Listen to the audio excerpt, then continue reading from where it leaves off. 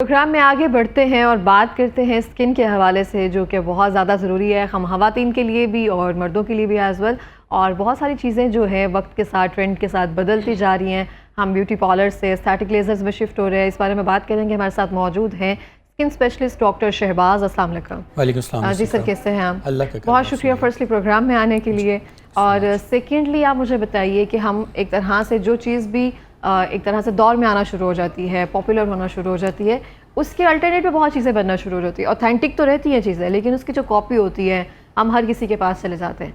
अगर आप देखें तो लोगों ने डील्स लगाई होती है, आपके 1000 रुपये में लेज़र कर देते हैं जी। तो वो उसका क्या सीन है? तो फिर हम आप लोगों के पास क्यों आए ना, जब हमारा 1000 रुपये में लेज़र हो रहा है। बड़ा अच्छा आपका क्वेश्चन है। एक्चुअली जब से जो है लेज़र्स शुरू हुए हैं तो सबसे पहले अमेरिकन लेज़र्स आना शुरू हुए, तो वो शुरू में बहुत ज़्यादा महंगे थे, किसी की अप्रोच में नहीं होते थे। फिर आहिस्ता आहिस्ता चाइना ने जो है वो उसमें इंडल्ज होना शुरू किया।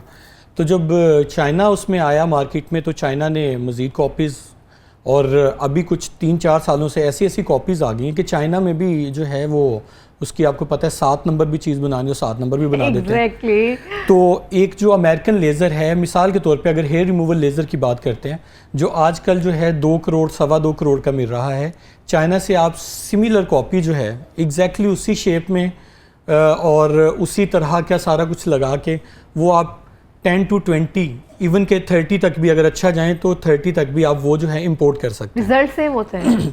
रिजल्ट्स का ही तो बात आती है ना फिर बाद में। देखें कि एक जो है वो 2 करोड़ की मशीन है, उसमें कैपेसिटर्स इतने इतने बड़े लगे हुए हैं, और एक जो है 10 लाख की या 20 लाख की मशीन है, उसमें कैपेसिटर्स इतने इतने छोटे छोटे से लगे हुए हैं। दोनों के रिजल्ट में बहुत डिफरेंस होता है। इसी वजह से लोग कहते रहते हैं जी हम 20-20, 30-30 सेशंस लेज़र हेयर रिमूवल के करवा रहे हैं, हमें फ़र्क नहीं पड़ रहा। हालांकि वही जो अगर आप अमेरिकन लेज़र्स के साथ वो जो है हेयर रिमूवल लेज़र करवाएं तो आपके 4 में, 6 में, 8 में बड़े अच्छे रिजल्ट्स आ जाते हैं। मेंटेनेंस करवानी पड़ती है। एग्जैक्टली वो तो 2-3 महीने बाद आपको जाना पड़ता है। अच्छा, अगर आप अमेरिकन लेज़र से करवाएंगे तो बाज़ औक़ात 6 मंथ्स बाद, इवन के 1 ईयर के बाद भी मेंटेनेंस जो है वो आप उस मशीन का नेम क्या है जो आप अमेरिकन लेज़र की बात कर रहे हैं? अमेरिकन काफ़ी सारे ब्रांड्स हैं जो कि इन मार्केट हैं। डेका बहुत बड़ा नाम है, कैंडेला बहुत बड़ा नाम है, इसके अलावा क्यूटेरा बहुत बड़ा नाम है।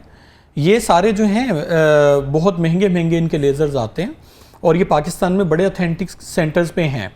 लेकिन आप लोगों के लिए वो मुश्किल हो जाता है, चूँकि इनकी चाइना वालों ने, मैंने जैसे कहा, एग्जैक्ट कॉपीज़ बनाई हुई हैं।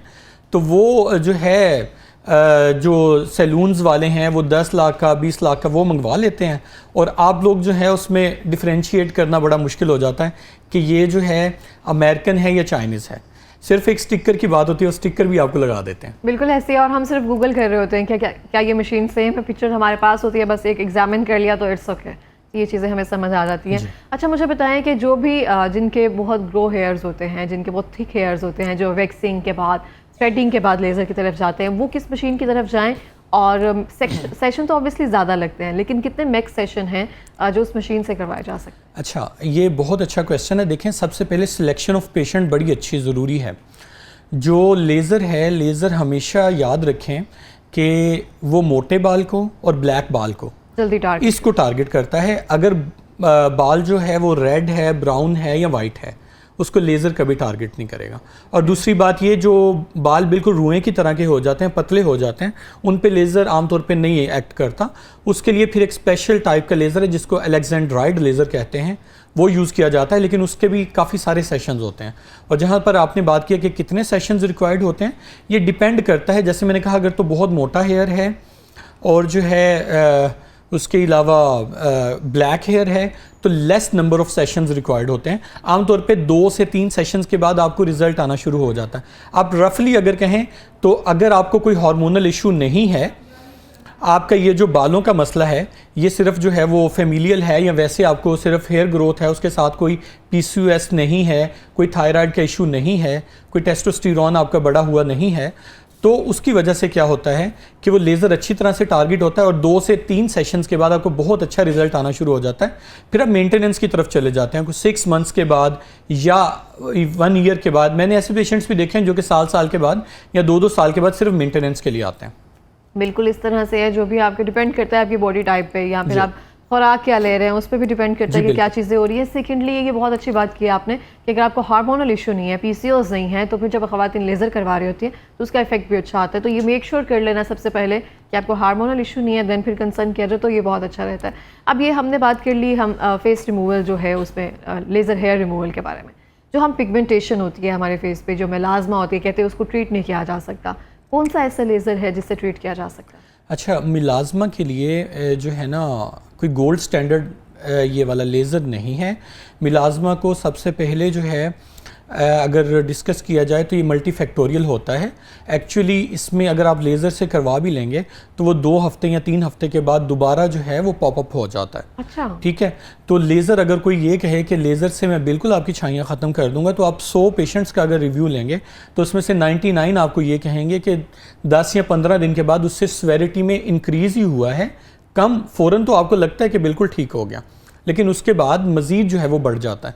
तो इस वजह से लेज़र को मिलाज़मा में इनकॉर्पोरेट करना ये ठीक तो है, लेकिन ये एक वो जो है डेफिनेटिव ट्रीटमेंट नहीं है। एक्चुअली मिलाज़मा के लिए कुछ जो है वो इंजेक्टेबल भी देने पड़ते हैं, यानी कि मीज़ोथेरेपी जिसको कहते हैं, स्किन के अंदर जो इंजेक्शंस लगते हैं वो भी उसको भी इन्वॉल्व करना पड़ता है।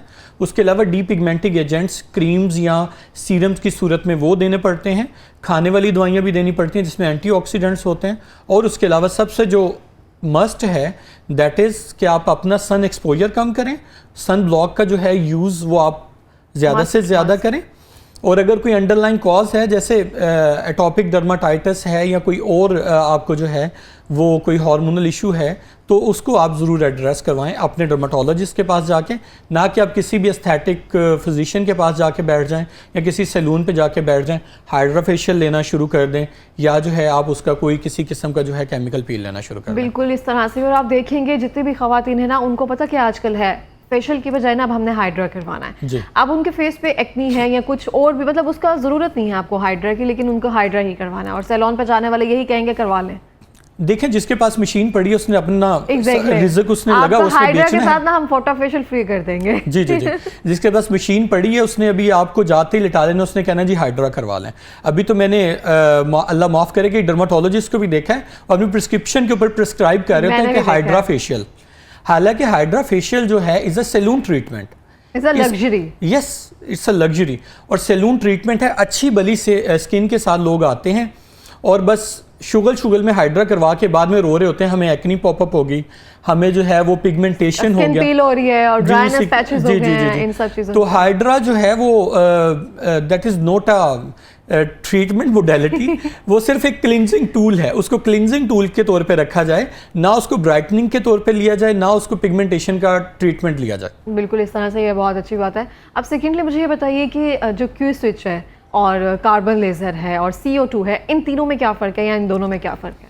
अच्छा, जो CO2 लेज़र है एक्चुअली वो तो एक सर्जिकल लेज़र भी उसको कहा जाता है, एब्लेटिव लेज़र होता है, जो कि बाकायदा जिस तरह सर्जरी में स्किन उतारते हैं वो भी स्किन उतारता है, रीसर्फिसिंग भी करता है, डेड स्किन को उतारता है नीचे से, वो जो है कोलेजन की सिंथेसिस को बढ़ाता है। एक्चुअली जो CO2 लेज़र है इसको यूज़ शुरू किया गया था जो एक्नी स्कार्स होते हैं ना, एट्रोफिक एक्नी स्कार्स होते हैं, उनको ठीक करने के लिए। ये जो है चूँकि इसकी वेवलेंथ ज़्यादा होती है तो ये डीपर डाउन द स्किन ये पेनिट्रेट करता है, वहाँ पे जाके ये ज़्यादा से ज़्यादा हीट जनरेट करता है, जिसकी वजह से कोलेजन की रीमॉड्यूलेशन होती है। और कोलेजन जब जो है उसकी कोआगुलेशन होती है, फिर उसकी दोबारा सिंथेसिस होती है, तो स्किन जो है वहाँ पे दोबारा बनती है।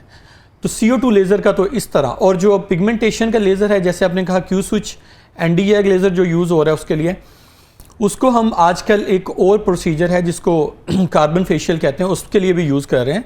कार्बन फेशियल जिस तरह सिंपल हाइड्रा फेशियल है या कोई भी फेशियल है, उसी तरह के तरीका है जिसमें आप स्किन को ग्लो करवाते हैं या थोड़ा सा जो ओपन पोर्स हैं उनको टारगेट करते हैं। उसमें कार्बन जो आम कोयला होता है उसी की एक फॉर्म है कार्बन, उसको फेस पे लगाते हैं और जो क्यू स्विच लेज़र होता है उसकी एनर्जी जाके उसको टारगेट करती है, फ्यूम्स उड़ते हैं और वो लोगों को अच्छा लगता है। इसके अलावा उसमें कोई जो है वो रॉकेट साइंस नहीं है या उसका कोई फ़ायदा नहीं है, कोई फ़ायदा नहीं है। लास्ट मंथ करवाया ऐसे ना कहें आप। तो ये तो ऐसे ही है बिल्कुल, हम जिस चीज़ की तरफ जाते हैं ना उसकी तरफ चले जाते हैं। मैंने एक दफ़ा कार्बन करवाया था तो मुझे लगा कि स्किन ग्लो कर रही है, फिर दोबारा से करवा लिया, अब एक्नी होना वो स्टार्ट हो घंटे गई के है, बाद फिर दोबारा वैसे ही आपका चेहरा हो जाता है। अब एक्नी हो रही है, अब समझ नहीं आ रहा अब क्या करवाया जाए। अच्छा मुझे लास्ट मेरा जो सवाल है, क्योंकि हमारे पास टाइम कम है, जो भी खवातीन हैं या जो लड़कियां हैं स्पेशली, जिनके फेस पर ऐसे कभी ज़रूरत नहीं है, सिर्फ हल्के से ओपन पोर्स होंगे या कभी कभी एक्नी हो रही होती है, तो उनको कौन सा ट्रीटमेंट लेना चाहिए? हाइड्रा की तरफ जाना चाहिए या उनकी स्किन को छोड़ दिया जाए, बाकायदा कोई अच्छी नाइट क्रीम यूज़ करें? अच्छा, छोड़ने वाला तो कोई भी नहीं काम होता, क्योंकि अगर आप एक्नी को छोड़ देते हैं, स्पेशलिस्ट कह रही हूँ कि छोड़ दिया जाए, ऐसा अगर तो छोड़ possibility नहीं है देंगे तो फिर क्या होगा, फिर बड़े बड़े Worse. स्कार्स बन जाएंगे और जो है फिर बंदा किसी को मुंह दिखाने के लायक नहीं रहता। ना? Exactly. तो इलाज तो करवाना है, जाहिर सी बात है। अगर आप उसका इलाज नहीं करवाएंगे तो वो जो है वर्स होता जाएगा डे बाय डे।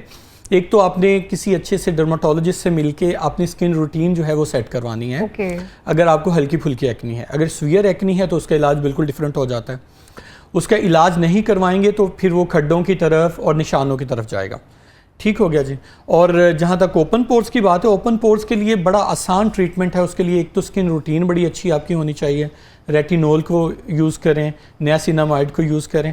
फिर अगर बहुत ज़्यादा फिर भी बड़े हो गए हैं जो ओपन पोर्स हैं, तो आप उसको CO2 लेज़र जो है उससे रीसर्फिंग से कम कर सकते हैं। बेहतर हो सकती है जी। ये चीज़ें, ठीक जो है। ओपन पोर्स हैं वो कोई दरवाजे नहीं है कि वो कभी खुल जाते हैं कभी बंद हो जाते हैं। ओपन पोर्स एक्चुअली जो सीबम है उसके निकलने का एक रास्ता है। थोड़े बहुत वो खुले रह जाएं तो कोई उसमें मुजायका नहीं है। 100% आप उनको ठीक नहीं कर सकते। 100% कोई भी चीज़ ठीक नहीं हो सकती है। Obviously thank you so much programme में आने के लिए, और इसी तरह से अपनी स्किन का खास ख्याल रखें। जो भी ट्रीटमेंट्स वगैरह आप करवा रहे हैं, मेक श्योर कर लें आप किसी डॉक्टर से करवा रहे हैं, और उससे पहले आपकी रिसर्च जो है वो प्रॉपर होनी चाहिए।